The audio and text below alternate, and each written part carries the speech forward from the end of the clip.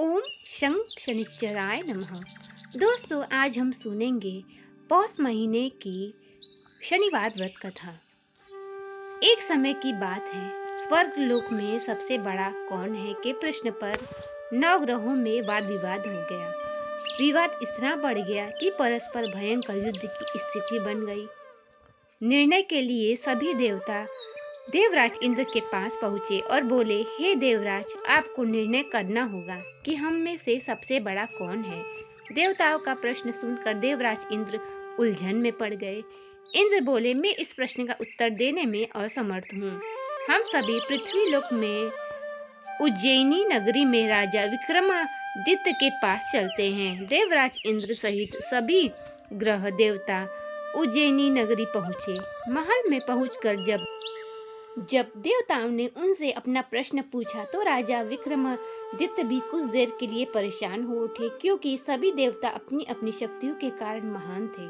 किसी को भी छोटा या बड़ा कह देने से उनके क्रोध के प्रकोप से भयंकर हानि पहुंच सकती थी।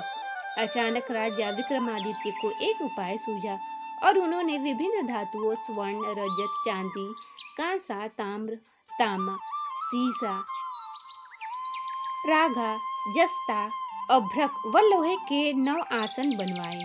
धातुओं के गुण के अनुसार सभी आसनों को एक दूसरे के पीछे रखवाकर उन्होंने देवताओं को अपने अपने सिंहासन पर बैठने को कहा। देवताओं के बैठने के बाद राजा विक्रमादित्य ने कहा, आपका निर्णय तो स्वयं हो गया, तो सबसे पहले सिंहासन पर विराजमान है वही सबसे बड़ा है। राजा विक्रमादित्य के निर्णय को सुनकर शनि देवता ने सबसे पीछे आसन पर बैठने के कारण अपने को छोटा जानकर क्रोधित होकर कहा कि राजा विक्रमादित्य, तुमने मुझे सबसे पीछे बैठाकर मेरा अपमान किया है। तुम मेरी शक्तियों से परिचित नहीं हो। मैं तुम्हारा सर्वनाश कर दूंगा। शनि ने कहा, सूर्य एक राशि पर 1 महीने, चंद्रमा 2.25 दिन, मंगल 1.5 महीने, बुध और शुक्र 1 महीने, बृहस्पति 13 महीने रहते हैं, लेकिन मैं किसी राशि पर 7.5 वर्ष 7.5 तक रहता हूँ। बड़े बड़े देवताओं को मैंने अपने प्रकोप से पीड़ित किया है। राम को 7.5 के कारण ही वन में जाकर रहना पड़ा और रावण को 7.5 के कारण ही युद्ध में मृत्यु का शिकार बनना पड़ा। राजा, अब तू भी मेरे प्रकोप से नहीं बच सकेगा। इसके बाद अन्य ग्रहों के देवता तो प्रसन्नता के साथ चले गए, परंतु शनिदेव बड़े क्रोध के साथ वहां से विदा हुए। राजा विक्रमादित्य पहले की तरह ही न्याय करते रहे। उनके राज्य में सभी स्त्री पुरुष बहुत आनंद से जीवन यापन कर रहे थे। कुछ दिन ऐसे ही बीत गए।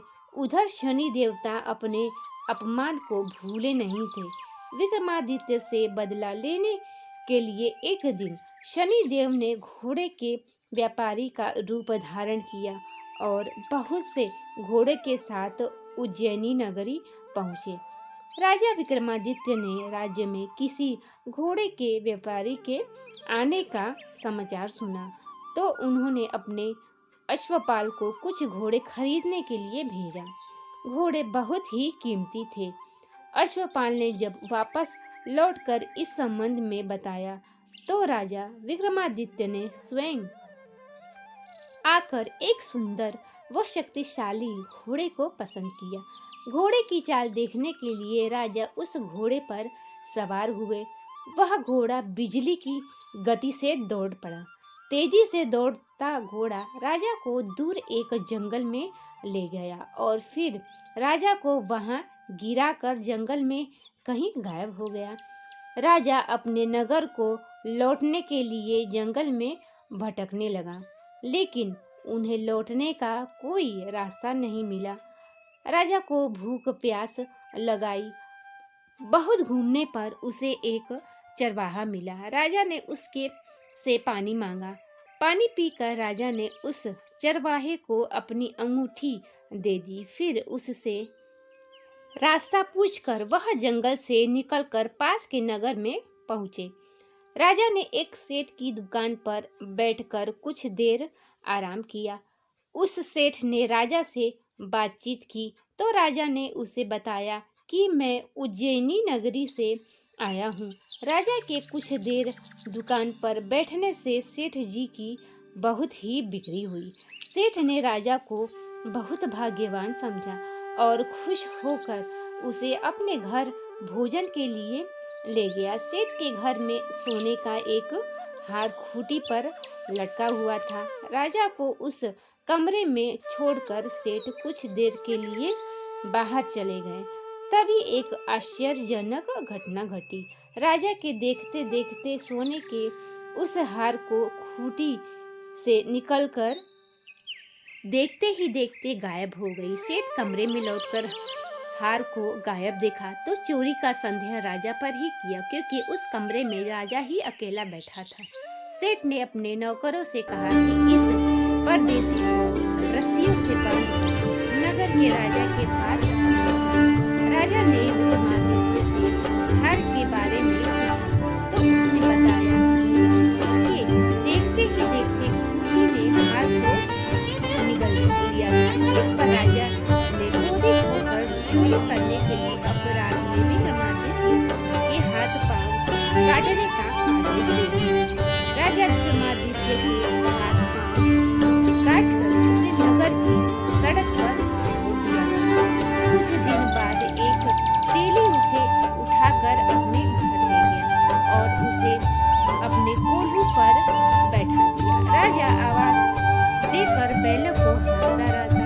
इस तरह तेली का बैल चलता रहा और राजा को भोजन मिलता रहा। शनि के प्रकोप की 7.5 पूरी होने पर वर्षा ऋतु प्रारंभ हुई। राजा विक्रमादित्य एक रात मेघ मल्हार गा रहा था कि तभी नगर के राजा की लड़की राजकुमारी मोहित रथ पर सवार उस तेली के घर के पास से गुजरी।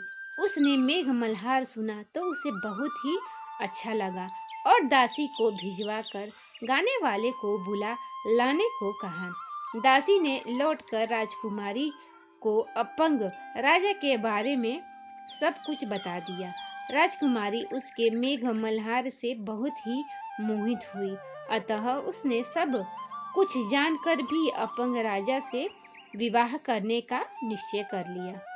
राजकुमारी ने अपने माता पिता से जब यह बात कही तो वे हैरान रह गए। राजा ने मोहिनी को समझाया, बेटी तेरे भाग्य में तो किसी राजा की रानी होना लिखा है, फिर तू उस अपंग से विवाह कर के अपने पांव पर कुल्हाड़ी क्यों मार रही है। राजकुमारी ने अपनी जिद नहीं छोड़ी। अपनी जिद पूरी कराने के लिए उसने भोजन करना छोड़ दिया और प्राण त्यागने देने का भी निश्चय कर लिया। आखिर राजा ने रानी को उस विवश होकर अपंग विक्रमादित्य से राजकुमारी का विवाह करना पड़ा। विवाह के बाद राजा विक्रमादित्य और राजकुमारी तेली के घर में रहने लगे। उसी रात स्वप्न में शनिदेव ने राजा से कहा, राजा तुमने मेरी प्रकोप देख लिया, मैंने तुम्हें अपने अपमान का दंड दिया है। राजा ने शनिदेव से क्षमा करने को कहा और प्रार्थना की, हे शनि देव, आपने जितना दुख मुझे दिया है अन्य किसी को न देना। शनिदेव ने कुछ सोचकर कहा, राजा मैं तुम्हारी प्रार्थना स्वीकार करता हूँ। जो कोई स्त्री पुरुष मेरी पूजा करेंगे, शनिवार को व्रत करके मेरी व्रत कथा सुनेंगे, उस पर मेरी अनुकंपा बनी रहेगी। प्रातःकाल राजा विक्रमादित्य की नींद खुली तो अपने हाथ पांव देखकर राजा को बहुत ही खुशी हुई। उसने मन ही मन शनि देव को प्रणाम किया। राजकुमारी भी राजा के हाथ पांव सही सलामत देखकर आश्चर्य में डूब गई। तब राजा विक्रमादित्य ने अपना परिचय देते हुए शनि देव के प्रकोप की सारी कहानी सुनाई। सेठ को जब इस बात का पता चला तो दौड़ता हुआ तेली के घर पहुंचा और राजा के चरणों में गिरकर क्षमा मांगने लगा। राजा ने उसे क्षमा कर दिया क्योंकि यह सब तो शनिदेव के प्रकोप के कारण हुआ था। सेठ राजा को अपने घर ले गया और उसे भोजन कराया। भोजन करते समय यहाँ एक आश्चर्यजनक घटना घटी। सबके देखते देखते उस खूंटी ने हार उगल दिया। सेठ जी ने अपनी बेटी का विवाह भी राजा के साथ कर दिया और बहुत ही स्वर्ण आभूषण धन आदि देकर राजा को विदा किया।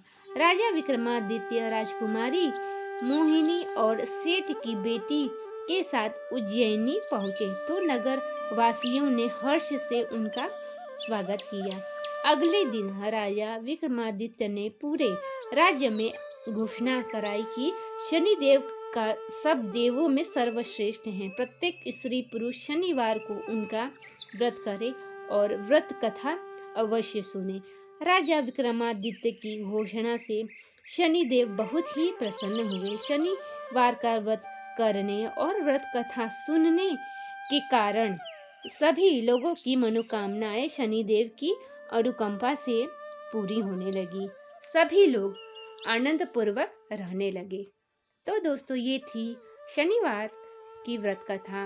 वीडियो पसंद आया हो तो चैनल को लाइक शेयर सब्सक्राइब करें। बेल आइकन को दबाना ना भूलें जिससे कि सभी वीडियो की नोटिफिकेशन आप तक पहुंचेगी। मिलते हैं अगले वीडियो में, तब तक के लिए नमस्कार।